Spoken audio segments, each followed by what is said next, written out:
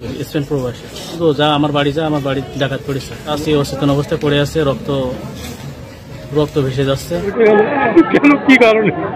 এর মতো স্পেন প্রবাসীর স্ত্রীর নিতর মৃতদেহ। দর্শক মন্ডলী, স্ক্রিনে ছবি দেখতে পাচ্ছেন, এই বোনটির নাম ফেরদৌসী আলতাফ। সেই স্বামী স্পেন প্রবাসী, হঠাৎই সেই ঘাতকে ছুরিকাঘাতে সেই স্ত্রীর মৃত্যু হয়েছে। এমনকি জান্নাতুল নামে সেই মেয়েকেও ছুরি দিয়ে আঘাত করা হয়। কবে হবে সেই প্রবাসীদের পরিবার নিরাপদ? অবশ্যই ভিডিও ক্লিপটি মনোযোগ সহকারে দেখতে থাকুন।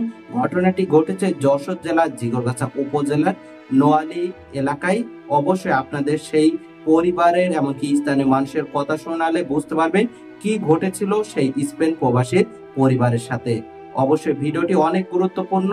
অবশ্যই যেটা দেখলে এমনকি কথা শুনলে বুঝতে পারবেন কিভাবে হত্যা হয় সেই প্রবাসীর স্ত্রী। চলুন সরাসরি মূল ভিডিওতে চলে যাই। আসসালামু আলাইকুম, নতুন একটি ভিডিওতে স্বাগতম। আমি আশরাফ রহমান। আপনি যদি আমার চ্যানেল নতুন হয়ে থাকুন অবশ্যই চ্যানেলটি সাবস্ক্রাইব করে পাশে থাকা নোটিফিকেশন বেল আইকনটি অন করে দিবেন।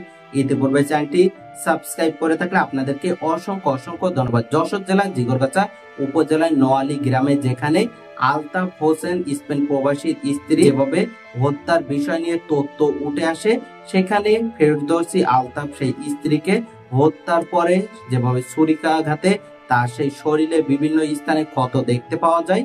রাতের বেলায় সেই দুর্বৃত্তরা যেভাবে সেই ঘরের সেই জানালার শিক কেটে প্রবেশ করে, এমনকি পরবর্তীতে হয়তোবা সেই প্রবাসীর স্ত্রী তাদেরকে চিনতে পারায় তাদের যেভাবে হত্যার উদ্দেশ্যে ছুরি দিয়ে আঘাত করলে ফেরদৌসী আলতাফের মৃত্যু হয়। এমনকি মেয়ে জান্নাতুল যে সেই ছুরির আঘাতে সেই জর্জরিত অবস্থায় মাকে সাহায্যের জন্য এগিয়ে আসলে যেভাবে তাকেও ছুরি দিয়ে আঘাত করা হয়।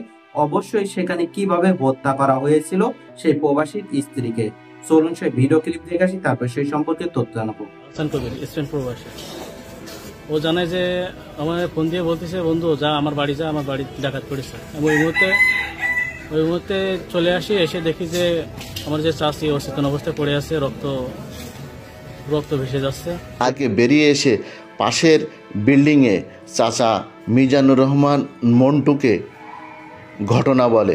এ সময় সে মোবাইলে চারিদিকে জানালে লোকজন যে ওই গৃহবধূকে ঘরের তিন জায়গায় ওপরে চলের নিচে কানের নিচে দিয়ে এক জায়গায় আছে, আর বুকি মারছে। মূল জিনিসটা হলো বুকি লাঞ্চের পরে মানে ছুরিটা মারছে, আর একটা হাতের আঙুল কাটা আছে, মানে হাতে থাকাইছে, মানে তার ওইটা মানে কেটে গেছে। এই অবস্থা দেখলাম। এবার রক্তাক্ত অবস্থা পড়ে আছে। পরে শুনলাম যে মেয়েটা নাকি তার কাছে থাকে, সেই মেয়েটা মরে চলে যাওয়ার পরে মেয়েটা বেরোয় চাবি দিয়ে তালা খুলে এসে ওর ছোটো চাচার বাসায় যায়। ছোটো চাচাকে ডাকাডাকি করে, এই ছোটো চাচারা ডাকাডাকির পর ও তো রক্তাক্ত ছিল, মেয়েটারও ছুরি মেরেছে। মেয়েটারে ওরা গামছাতে বেঁধে ওরে হসপিটালে পাঠায় দেয়। এবার পরে লোকজন ডাকাডাকি করে ওরা ওই রাত্রি আসে, এসে দেখে অবস্থায় মেঝেতে পড়ে আছে রক্তাক্ত অবস্থায়। 20-25 বছর যাবৎ তিনি স্পেনে অবস্থান করেন, তার ব্যবসা বাণিজ্য ওখানে। আমার ভাই আসে যায়, ভাবিও যায় আসে। তো মাঝে ছেলের বিয়ের সাথীর জন্য ভাবি আসছিল, ভাই আসছিল, সবাই এসে ছেলের ধুমধাম করে বিয়ের সাথে দিয়ে ভাই চলে গেল। ভাবিরও যাওয়ার কথা ছিল, এবার ইতিমধ্যে ছেলে আসবে বলে প্রস্তুতি নিচ্ছে, আর তার ভিতরে এই হত্যাকাণ্ড ঘটে গেল। কেন, কি কারণে আমরা তো বুঝতে পারছি না। ক্যাপটা হলো তা আপনারা মিডিয়ার লোক, আপনারা একটু আমাদের সহযোগিতা করবেন। আমরা চাই যে হত্যাকাণ্ড যেই ঘটাক, যারাই ঘটাক, কেন ঘটালো এর সত্যিটা আপনারা একটু আমাদের তুলে ধর। আমাদের সব কিছু নিয়ে যেত, আমাদের কোনো দুঃখ থাকতো না, কিন্তু আমার এইভাবে এই পরেশগার মানুষ পাঁচক্য নামাজ পড়তেন, তাকে কেন এইভাবে জঘন্যভাবে হত্যা করা হলো? আমার ভাবি খুব ভালো মানুষ, এরা পরেশগার মানুষকে কে বা কারা কি কারণে মারলো আর কেন মারলো? আমাদের সব কিছু নিয়ে যেত, আমাদের কোনো দুঃখ থাকতো না, কিন্তু আমার এইভাবে এই পরেশগার মানুষ পাঁচক্য নামাজ পড়তেন, তাকে কেন এইভাবে জঘন্যভাবে হত্যা করা হলো? কেন ঘটলো, কি কারণ, এটা আপনারা একটু আমাদের সহযোগিতা করবেন। প্রকৃত আসামি যাতে ধরা পড়ে, এটা আপনাদের কাছে আমাদের দাবি। আমাদের সাথে কোনো বিরোধ নেই কারোর সাথে।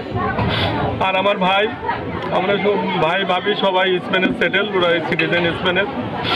আমার ভাইপো কিছুদিন আগে বিয়ে হলো, জাকজমকপূর্ণভাবে বিয়ে হলো, সবাই ছিল গ্রামে এবং এই বাড়িতেই।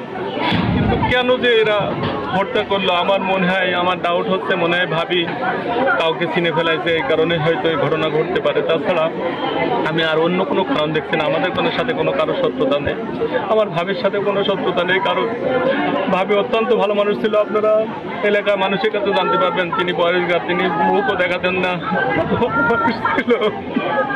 কি মনে হচ্ছে, এটা কি পূর্ব পরিকল্পিত হত্যাকাণ্ড নাকি ডাকাতি না চুরির ঘটনা?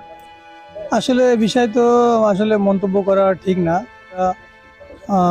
চুরি করার উদ্দেশ্যেই হয়তো তারা আসছিল, পরে হয়তো তাদেরকে চিনতে পারায় তারা নিজেদের আত্মরক্ষার স্বার্থে হয়তো এই জঘন্যতম কাজটা করেছে।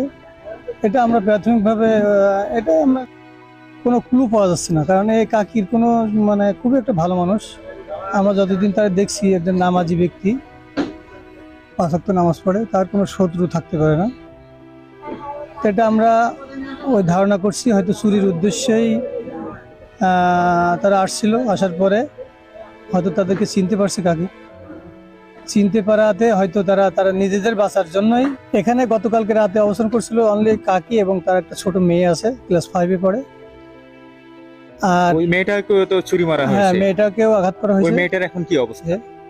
স্বাভাবিক নেই, মানে তার সবসময় একটা ভয় কাজ করে। সদস্যরা এসেছেন, ডিবি সদস্য যারা তারা এসেছেন, তারা কি বলতে চাইছেন? ওনারা সব নমুনা সংখ্যান কিনা বা কোনো কুলু যদি আপনারা জানতে পারেন তাহলে আমাদেরকে সহযোগিতা করেন। কিন্তু আসলে যেহেতু মার্ডার, কেউ মুখ ফুটে ওই বিষয়টা বলতে চাচ্ছে না।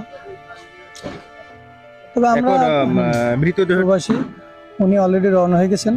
হয়তো আমাদের আজকে জানাজা সম্ভব হয় না। আগামী কোনো মামলার জন্য প্রস্তুতি গ্রহণ করা হয়েছে কিনা এটা এখনো সেইভাবে প্রস্তুতি গ্রহণ করা হয়নি। তবে আমরা পুলিশ রিপোর্ট করব, এই বিষয়ে সিদ্ধান্ত নেওয়া হয়েছে। আপনার সম্পূর্ণ ভিডিও ক্লিপে পরিবারের মানুষ, স্থানীয় মানুষের কথা শুনলেন, যেভাবে রাতে সেই জানালার শিক কেটে প্রবাসীর ঘরে প্রবেশ করে সেই লুটপাটের উদ্দেশ্যে নাকি হত্যার উদ্দেশ্যে প্রবেশ করা হয়, সেই বিষয় নিয়ে এখনো অনিশ্চিত ভাবে যেভাবে পুলিশ প্রশাসন সেই বিষয় নিয়ে তদন্ত চালাচ্ছে বলে তথ্য উঠে এসেছে। সেখানে যেভাবে প্রবাসীর স্ত্রীকে হত্যা করা হয়েছে, সেখানে সেই মাকে বাঁচানোর জন্য এগিয়ে গেলে মেয়েও ছুরির আঘাতে জর্জরিত হয়। অবশ্যই আমরা চাই সেই হত্যাকারীর উপযুক্ত শাস্তি, এমনকি অতি দ্রুত সেই চক্রকে আটকের মাধ্যমে শাস্তির আওতায় আনার জোর দাবি জানাচ্ছি। সেই সম্পর্কে আপনাদের তথ্য মন্তব্য কমেন্ট বক্সে জানাবেন। সকলে সচেতন থাকবেন। পরবর্তী আপডেট নিউজ পাওয়ার জন্য আমাদের চ্যানেলটি সাবস্ক্রাইব করে রাখবেন। সকলে পরিবার নিয়ে ভালো থাকবেন, সুস্থ থাকবেন, সচেতনভাবে জীবনযাপন করবেন। আল্লাহ হাফেজ।